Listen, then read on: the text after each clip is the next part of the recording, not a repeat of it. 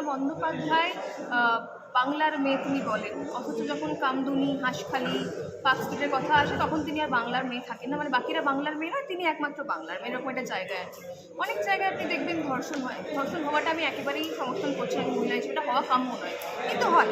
কিন্তু কোনো জায়গায় আপনি দেখবেন না কোনো রাজ্যের মুখ্যমন্ত্রী ধর্ষণের রেট বেঁধে দিয়েছেন যে তিনি বিবাহিত হলে এক রেট, তিনি অবিবাহিত এক রেট, এরকম একটা রেট বেঁধে দিয়েছেন। তিনি কোনো রাজ্যের মুখ্যমন্ত্রীকে দেখবেন না ধর্ষণকে জাস্টিফাই করছে, ওটা তো সাজানো ঘটনা, ওই মেয়েটা বোধহয় কোনো লাভ অ্যাফেয়ার ছিল, ওই মেয়েটা বোধহয় প্রেগনেন্ট হয়ে গিয়েছিল, আমার সরকার ফেলে দেওয়া চক্রান্ত হচ্ছে, ইত্যাদি ইত্যাদি। এটা একমাত্র আমাদের বাংলার মুখ্যমন্ত্রী মমতা বন্দ্যোপাধ্যায়, কারণ এর থেকে ঘৃণ্য আর কিছু হতে পারে না। এই জায়গায় দাঁড়িয়ে আজকে বাংলার প্রতিটা মা, অভয়া যখন মারা গিয়েছিলেন, যখন তাকে এরকম নৃশংসভাবে ধর্ষণ করে হত্যা করা হচ্ছে, বাংলার প্রতিটা মা কেঁদেছিলেন। সেই মায়েরা জবাব দেবে এবং তৃণমূল সরকারকে উৎখাত করবে।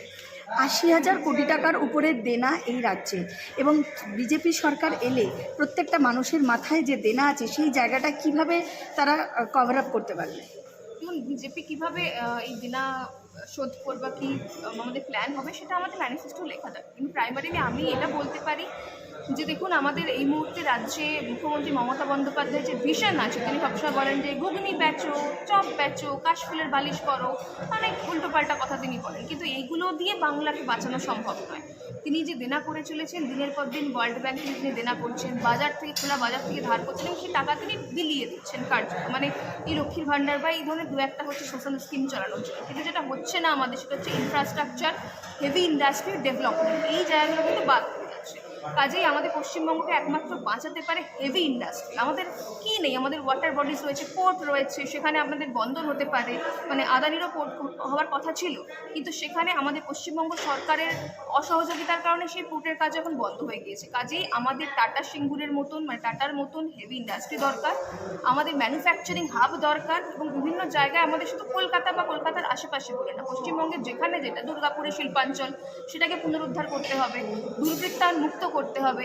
এভাবেই একমাত্র হেভি ইন্ডাস্ট্রি এলে তবেই পশ্চিমবঙ্গের অর্থনৈতিক যে ক্ষতি চলছে সেটা বাঁচবে। এবং তার পাশাপাশি দাঁড়িয়ে এই যে ধরুন কাটমানি যে শিল্পটা চলছে, আমি একটা উদাহরণ দিচ্ছি, সেটা হচ্ছে পশ্চিমবঙ্গে আমাদের যে ধরুন ন্যাচারাল রিসোর্সেসগুলো রয়েছে, বালি রয়েছে, কয়লা, এগুলো কি হয়, এর যে ট্যাক্স সরকারের ঘরে যাওয়ার কথা সেটা না গিয়ে তৃণমূলের পকেটে ঢুকছে, কারণ সেখানকার লোকেরা অবৈধভাবে টেন্ডার না ডেকেই বালি খনন থেকে শুরু করে পাথর পাচার করে দেওয়া, এই পাচার রুখতে হবে। এবং নিশ্চিত বিজেপি সরকার 6 মের পর সরকার গঠন করবে এবং এই সমস্ত দুর্বৃত্তায়ন বন্ধ করবে।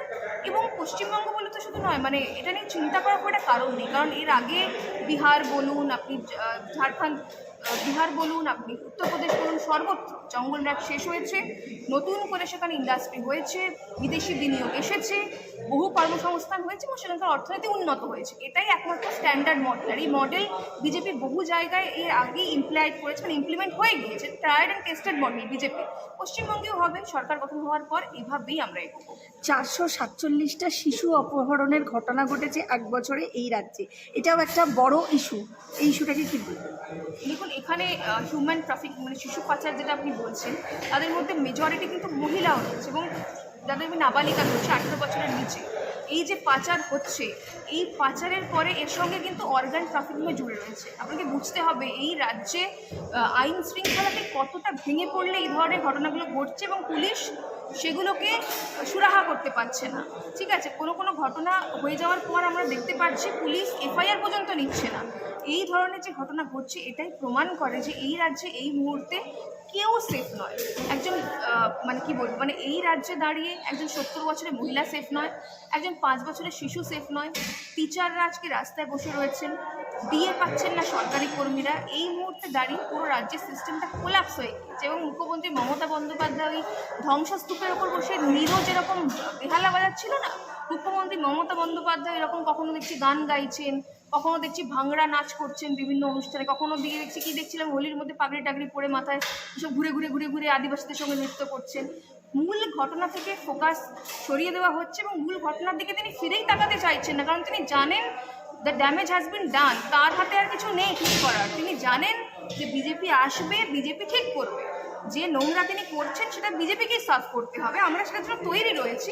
আমরা চাই মুখ্যমন্ত্রী মমতা বন্দ্যোপাধ্যায় কটা দিন রয়েছেন, বয়স হয়ে গিয়েছে, 70 বছরের কাছাকাছি বয়স, খান দান ঘরে আরাম করুক। এই 1.5 মাস গরমের মধ্যে বেরিয়ে মাথা খারাপ করার কোনো কারণ নেই। হাত ভেঙেছে, না সরি পা ভেঙেছে, মাথা ফেটেছে, আর মাথায় তো প্রচুর সেলাই আছে, স্টিচ রয়েছে, আর একবার যদি পড়ে যান গরমে মাথা ঘুরে খুব মুশকিল হয়ে যাবে। মানে আমরা চাই মুখ্যমন্ত্রী মমতা বন্দ্যোপাধ্যায় বিরোধী নেত্রী হয়ে বিরোধীর আসন অলঙ্কৃত করুন। আমরা চাই তিনি বিরোধী দলের মানে ভূমিকাটা পালন করুন, সেটুকু দেখার জন্য আমাকে সুস্থ থাকতেই হবে। এই রাজ্যে চাষিদের একটা অভাব ছিল। মুখ্যমন্ত্রী মমতা বন্দ্যোপাধ্যায় 15 বছরে চাষিদের নিয়ে এত উন্নয়ন করেছেন, বাজেটেও তাদের মানে যে বাজেটটা তাদের ক্ষেত্রে রেখেছে, সে জায়গায় দাঁড়িয়ে হঠাৎ করে দেখা যাচ্ছে আলু চাষিরা আত্মহত্যার পথে।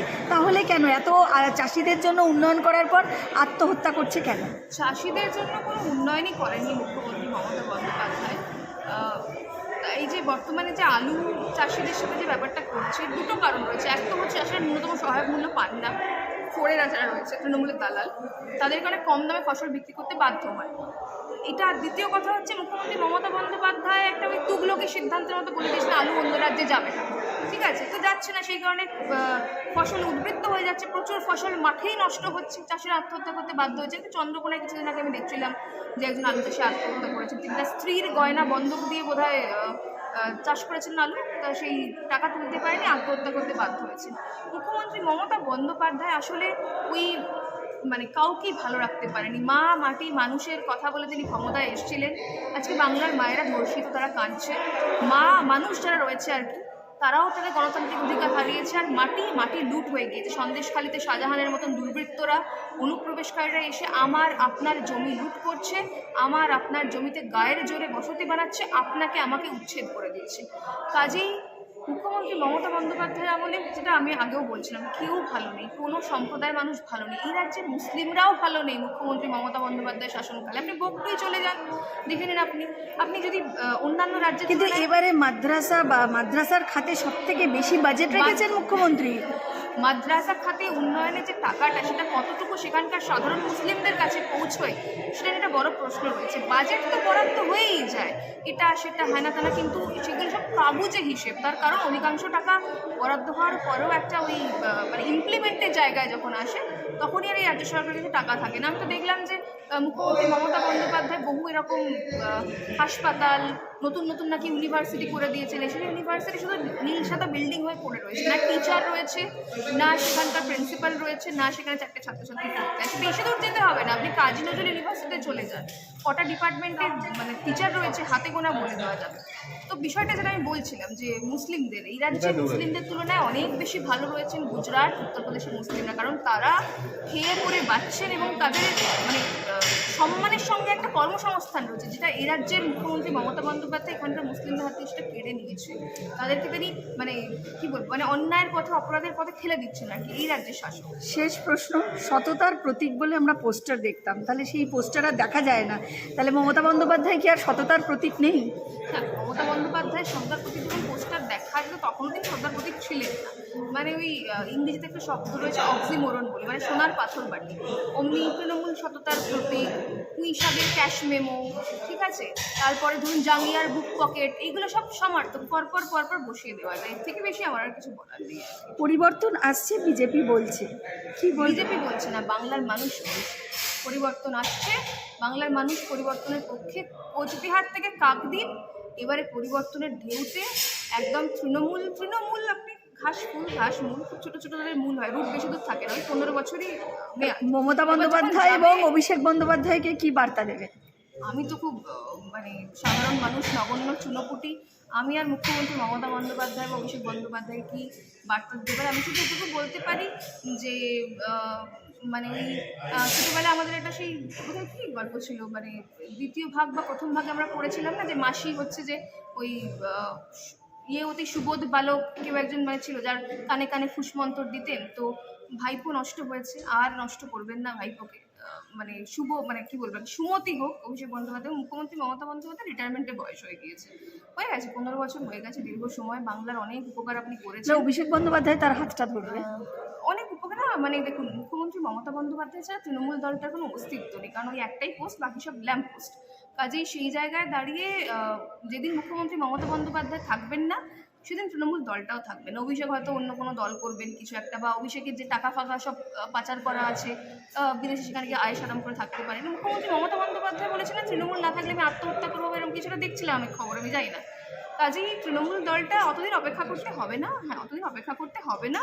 এই তো 6 মে, আর তো মাত্র 1.5 মাস আনন্দ করুন, ঘরে থাকুন। প্রচণ্ড গরম, বেজায় গরম বাইরে, মানে প্রেশার টেশার ফল করে যাবে, শরীর খারাপ করবে, বয়স হয়ে গিয়েছে। ছোটাছুটি করে লাভ নেই, কারণ ছোটাছুটি করে কোনো লাভ নেই, ঠিক আছে? আপনি চেষ্টা করলেও আর তৃণমূলকে বাঁচাতে পারবেন না, বাংলার মানুষও তৃণমূলের বিসর্জন দেবে। আজ বিজেপির তরফ থেকে অফিসিয়াল ম্যানিফেস্টো প্রকাশ হলো এবং সেখানে একাধিক ইস্যু নিয়ে কথা হয়েছে, যেমন পার্ক স্ট্রিট থেকে কামদুনি, নারী সুরক্ষা, একাধিক বিষয় এসছে। কি বলবে এই অফিসিয়াল চার্জশিট নিয়ে?